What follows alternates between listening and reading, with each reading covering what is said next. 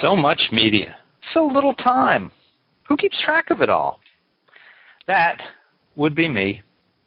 This is Bob Andelman, and this is a Mr. Media interview, sponsored by 1-800-DialDJs.com and recorded live from the world's new media capital and hometown of rocker Henry Paul, founder of the Outlaws, St. Petersburg, Florida. Must be my lifelong resistance to getting stoned, but I've never been a huge fan of jam band music. Dave Matthews is okay in small doses, as is the Grateful Dead, and to be perfectly honest, I've had little exposure to the music of the band Phish, and that's spelled P-H-I-S-H for those of you who listen regularly but may be musically clueless or aren't reading this introduction.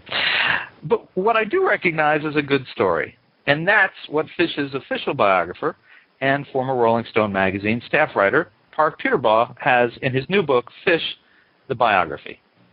And even though I'm not a Phish-head, I thought by reading the book and talking to Parke, maybe I'll see the light. Let's see what happens. Parke, welcome to Mr. Media. Hey, good to be here, Bob. How you doing? I'm good. I thought I'd just be up front that I would never pretend to be an expert on something on which I have no knowledge. I wouldn't even try. Well, people do have these preconceptions about Phish, and then when they actually hear the music, they're often surprised to have them dashed. Well, what I found fascinating, and part of the reason that I picked up the book and wanted to have you on the show is the number of years that you have invested in the band. So I thought maybe we could start with, I know that your relationship with them started out of an assignment, but it certainly grew out of that. Oh yeah, it did, in a very unexpected way. I mean, I never entered into it thinking that I would become, their writer or somebody that they turn to do writing for them, which is what happened basically from 1995 and until the breakup in 2004, and then even after that with solo projects. So yeah, it really grew into something that I could not foresee, and it gave me access to them that I don't think too many other people ever had. I mean, there are writers who interviewed them now and again, but I was talking to them on a fairly regular basis for close to 15 years.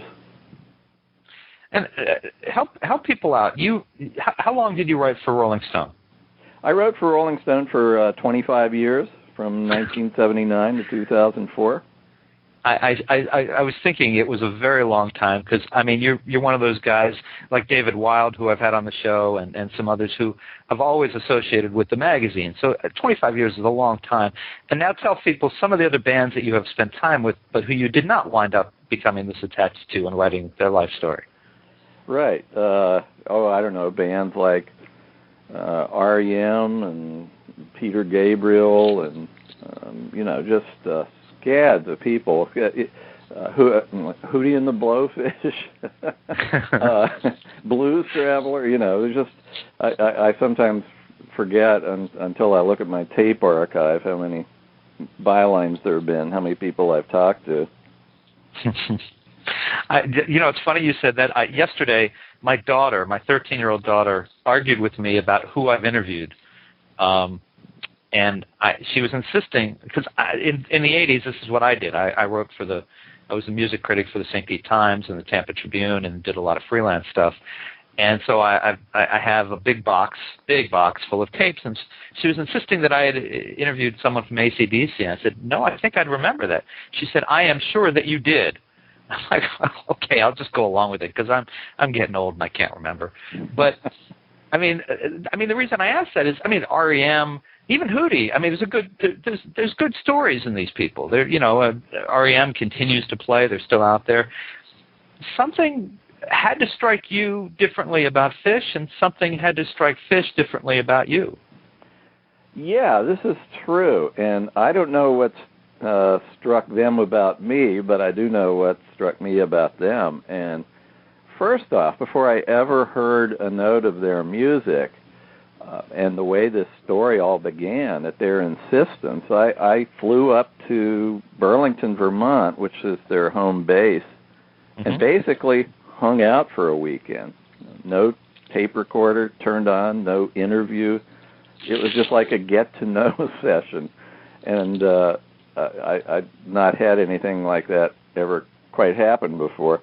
So I got to know them as people before I even saw a concert, and I was coming fresh to the assignment, not knowing much more about Phish than you do, and then learning on the job, so to speak, by seeing concerts and going back through the recorded albums they've released, and just became very impressed by the music they were making and captivated by the whole scene, which was happening off the radar. Given how big they actually were, the amount of media attention they were receiving was considerably less than that. And that's what initially fascinated me. They had this whole alternative universe going, where they're a very profitable live band that could sell out some of the largest venues in the country, Madison Square Garden, and still they didn't seem to show up on the media radar until very late in their career, actually. And they weren't, at that point, I mean, they weren't yet able to take advantage of the Internet in the ways, I mean, they were one of the first bands to use the Internet, or be used by the Internet, if you will. But, I mean, that was not in the way it would happen today, and Maybe Justin not, Bieber but can they be a were hit there. overnight. Yeah, it's interesting you raise that point, because they actually were there, or their fans were, at the ground level of the Internet when they had things called user groups, which was kind of a primitive way of fans exchanging information with each other and communicating. A horrible way. Yes, but I remember. The three biggest bands that had the biggest user groups were Bob Dylan, Grateful Dead, and Phish. Yeah, and they just couldn't, they couldn't connect. I mean, there was no Twitter, there was no Facebook. Yes. They had to work within the stricture of what was there, and it was mostly fan-driven at the time. It wasn't, the band wasn't driving that the way the way bands do now. There are, I mean, are there bands today, do you think, that have that kind of underground where they are that big, but Rolling Stone or Spin or others won't touch them? Or do we know about them because of the Internet? Is everything exposed? I think everything gets exposed pretty quickly. The thing that does keep some things underground, I believe, is the fact that there is almost too many bands, too many self-released albums, and just too much chatter. There's almost too many performers and too little audience. Everybody seems like they are in a band, or they sort of play guitar and sort of write songs, and from my perspective, it's really cluttered up the whole scene. It's really hard to sift through it all and sort out what's good from what's mediocre or just adequate. So I think in that sense, the Internet has maybe muddied the issue a bit, because everybody can make a record in their bedroom now with relatively inexpensive equipment, and they seem to do that. So there's tons of independent releases, and I just don't know if there's that many discriminating ears sorting it all out. So in the realm of bands like Phish, maybe it was a real advantage to them, number one, that they came along in the early 80s before this instant communication phenomenon of the Internet and all the affiliated technologies, and also that they were way the heck up there in the middle of nowhere in Vermont, where they're also, physically, geographically kind of out of sight. We were the timing of this is fun for me, because we just spent 10 days up in Burlington and Stowe and that area over the holidays, and area that I love, and So it was fun to come back and then jump into the book and be reading more about those areas. And I think there was a big Stowe concert that they did in the 90s, and right. Though it's hard to imagine where in Stowe, but. Yeah, that was, I think, one of the shows they did in Stowe was when they were touring with Santana, and there was this kind of famous jam where Carlos sat in with Phish for more than the usual encore situation. Actually jammed most of the set with them up there. Yeah, there's also, the thing is, back in those early days, the Vermont and New England venues they were playing were really kind of small, Mm-hmm. So New England had them all to themselves for a good part of the 80s. The thing is, when I entered into the fray, when Rolling Stone decided they were worth a feature, this was 1995, and the feature itself didn't run until 1997. And right. This is a band that had been around since 1983. What was was there an editor there who was just saying, Parke, it's a nice story, it's a quaint story, but this is not Rolling Stone material. What was holding it up for 2 years? Well, actually, there was a change in personnel in the music department. The assigning editor, the person who assigned me to write the piece, was not there by the time I finished the piece a few months later, and there's a couple of guys had taken over, and they're very much into the indie rock realm, and Phish was not really up their alley, and so they knew that sooner or later they'd have to run it, but it wasn't exactly a priority. And I was a freelance writer, and I was also in grad school at the time studying environmental science. So, and every half year or so, I'd get a call from one of these guys saying, "Hey, I think we're finally going to run it. Can you go freshen it up? I see they're doing a New Year's stand at Madison Square Garden, or they're doing a festival in upstate New York." And so consequently, it wound up being a very richly detailed story because I saw some highlights over the course of 2 years. By the time I was writing for them before my piece ever ran in Rolling Stone.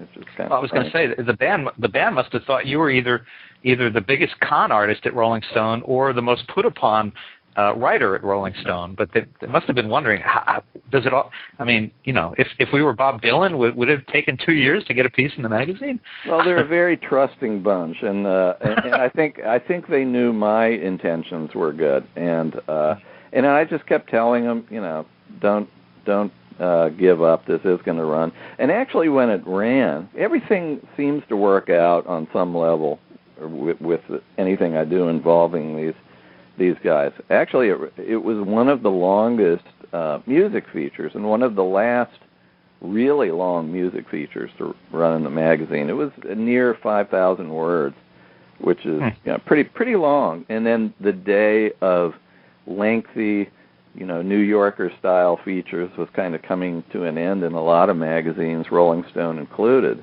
And so I was glad that the piece got to run in basically uncut, lengthy form, and it was the springboard for the book. So, well, and I have to tell you something, and please take this in the spirit that it's intended. Mm-hmm. I remember when that piece ran because I was still subscribing at the time. Right. Please take this in the spirit it's intended. But when I saw it and I realized I didn't know anything about Phish, and I was no longer motivated by a cover story to go and find out anything about the band, I thought, I think it's time for me to let Rolling Stone go. Well, I've been reading actually, it wasn't a cover story. It wasn't. I don't know why I thought it was a cover, but there was a cover story done on them, but that didn't run until I think it was 2003. Yeah, it was pretty far along. Before they did a cover. They've only had one cover, and that didn't happen until. Okay, well then I feel better. Then I'm not insulting you. It must have been later than that. I thought it was around that time because I remembered a big piece, and I thought, and I just recently went through this with Playboy, where I looked at it and I thought, I just don't. I must be getting older because it's just not. It ain't rocking my boat the way it used to. And I mean, I started getting Rolling Stone in the mid to early 70s. So I just felt like, all right, maybe it's a natural progression. I'm just reaching a point where, I was into, Nirvana and Alice in Chains and Stone Temple Pilots. And then I kind of reached the point where I thought, I don't know. And of course, a year later, I became a dad, and everything completely changed. So that's why I say don't take it personally at all. It's not that. Oh, sure. People do have opinions, pro and con, about Phish, and there's often no middle ground. Well, and it had nothing to do with their music. It was just a matter of I don't know. I wasn't as motivated to find out the latest and hottest thing anymore. Mm-hmm. But you mentioned something a few minutes ago about them, and this is in the book, that when they played those gigs with Santana, was it a gig or gig, that they were really motivated to find out, well, maybe now that we're going to be close with him, maybe we can figure out how he's managed to have such an enduring career. That was important to them. Yes, it was. Yeah, I think they saw him as the next, touring with him as the next step up the ladder of the learning process. And he was somebody who was a big influence on Trey. I think you can hear in Trey's tone and sustain and these piercing, sustained notes he plays. I think you can hear more of Santana than Jerry Garcia, even though people make these reflexive Grateful Dead comparisons all the time with it. To me, and I've heard Trey say it, Santana was a bigger influence stylistically as a guitar player on him. To write the book,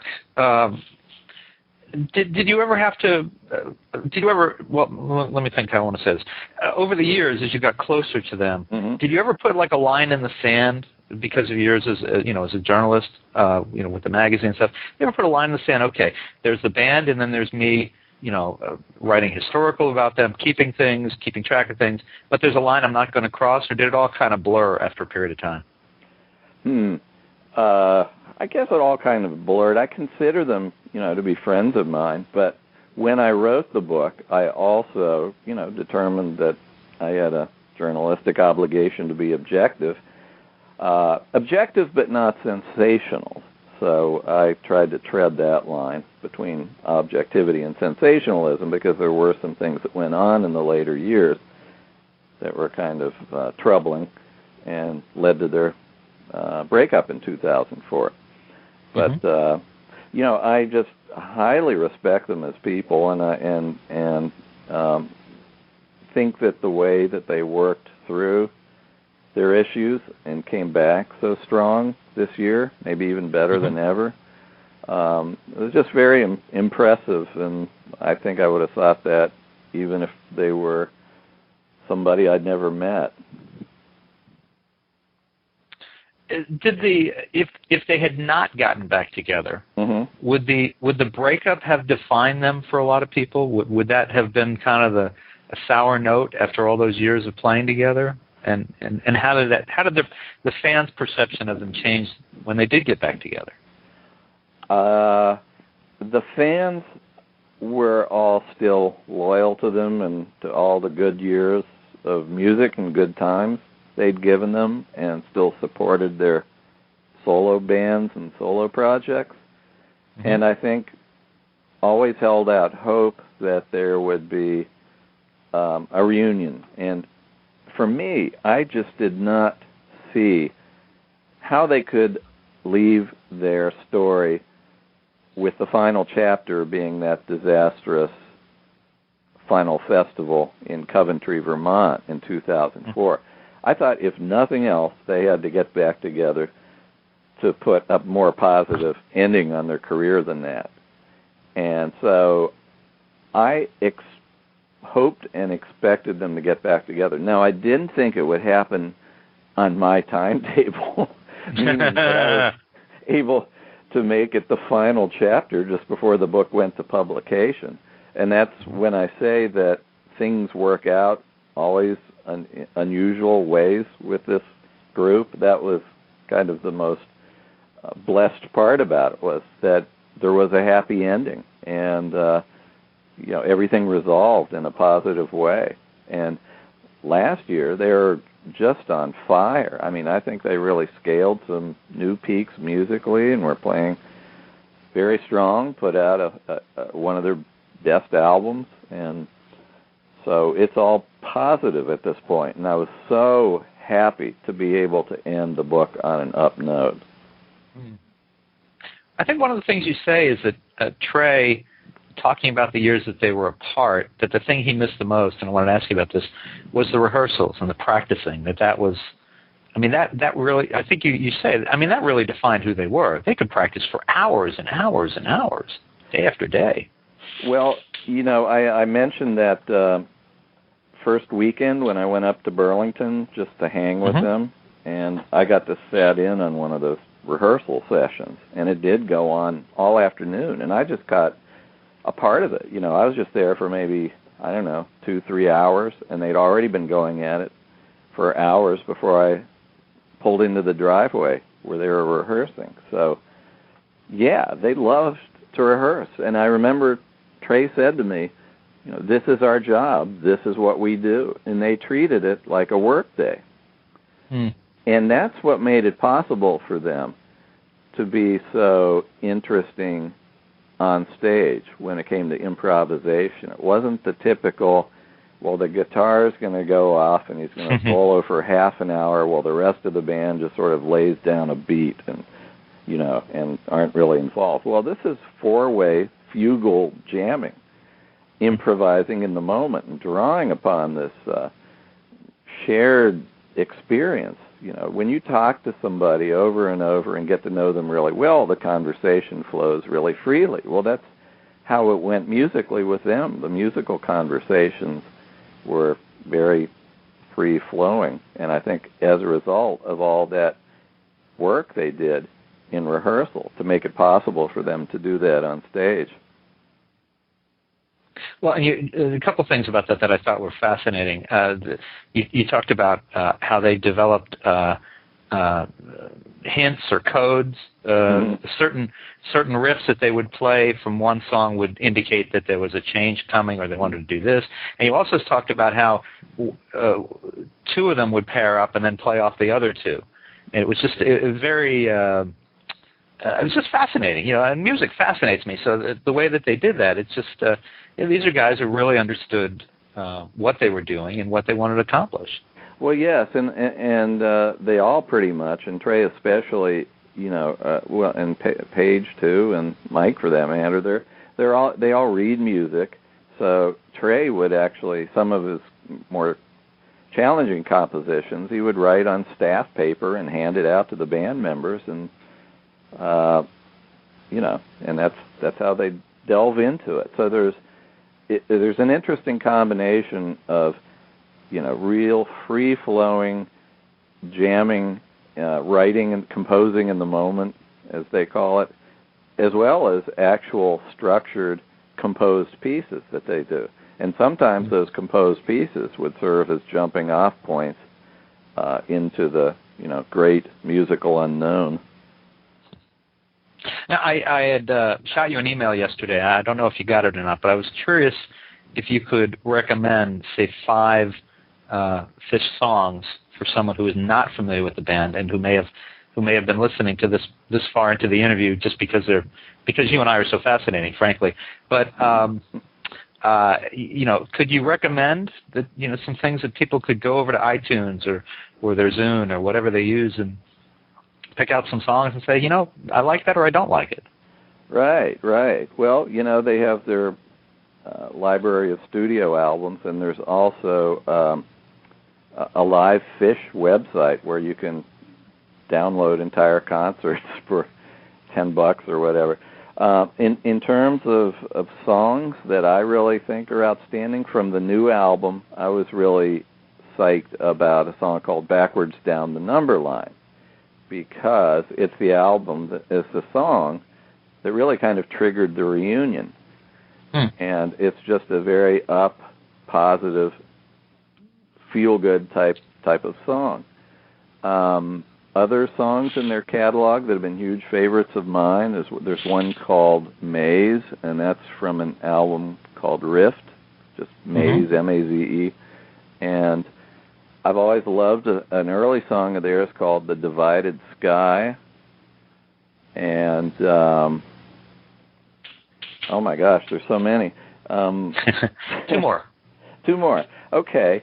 There's an album that they did called Billy Breathes, and I think some of their best material is on that. People who are really into the band, of all of their albums, of all of their studio work, that's one that really stands out, I think, in their catalog. Oh yeah, I just thought of another one. Couldn't ignore this one. It's called Chalk Dust Torture, and it's a real rocker, a real rave-up number, probably best heard in a live version. And okay, and I owe you one more song, right? Guyute is what I would refer you to, Guyute, and that was from an album called The Story of the Ghost. And in that, that is one of Trey's intensely structured compositions, and it really turned out great on the studio recording. And if that doesn't wow you, then move on to another band, because you're not going to. There you go. Like it. Well, I'm gonna take that as a homework assignment, and I'm going to follow up with those songs. Okay. And folks, listen, you can find Parke Puterbaugh's new book, Phish, the Biography, which he's got a lot of years in, so buy a copy at your local bookstore, or you can order it online at mrmedia.com. You can also find and follow Parke on Facebook. Anywhere else online? I have a MySpace page. I haven't done much with it lately because, I've let it go. But I need to catch it up, so it'll be updated pretty soon, and I'll be posting there as well. Good. And that's it. All right. Well, Parke, I actually have a lot more questions, but we're just completely out of time. I really enjoyed the book. It was interesting to read a book about a band that I hadn't actually listened much to, and to get the story. And it was really the story of the band that I thought was fascinating, and I certainly encourage people to pick it up, whether they're a Phish fan at this point or not, and that would be a Phish, P-H-A-N, right? Right. But seriously, thank you so much for joining us on the show today. Well, thank you, Bob. It's been great talking to you. My pleasure. Take care of yourself. You too. Take care. Bye. Bye-bye. And folks, for more interviews with your favorite rock and roll journalists and photographers, surf over to our main website, www.mrmedia.com. That's where you can listen to my earlier conversations with Legs McNeil, David Wild, Bart Bull, Mike Edison, and rock photographers Bob Gruen, Tom Weschler, Charles Gatewood, and many more. Subscribe to Mr. Media on iTunes, and you'll never miss a show. Just search Mr. Media Interviews from within iTunes and subscribe for free. You can also listen with a piece of string and a tin can in many locations. If you've got an idea for a guest, email me directly at bob@andelman.com. You can also follow me on Facebook or on Twitter, www.twitter.com/Andelman or facebook.com/Andelman. Thanks so much for joining us today. Always appreciate when you give a piece of your day and come spend it with us. Thanks for listening, everybody.